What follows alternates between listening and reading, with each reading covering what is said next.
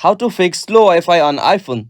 Hey everyone, welcome back. In this video, I will show you how to fix slow Wi-Fi on your iPhone or boost your internet speed. So let's get started.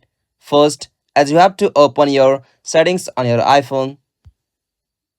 After you open settings, tap on Wi-Fi and from your choose your Wi-Fi connection and tap on I icon. And from your simply tap on forget this network.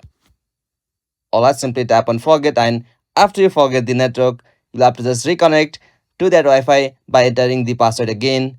After you reset the network settings for specific Wi-Fi, your problem should be gone. If you are still facing that problem, you'll have to just back from your end. From the settings section again, tap on general. From general, you'll have to scroll down and tap on the option VPN and device management. From here, make sure that you are not connected to any VPN on your iPhone. After you confirm it, back from here, and at last you'll have to just reset all of the network settings on your iPhone. For that, again scroll down at the bottom and tap on the option transfer or reset iPhone.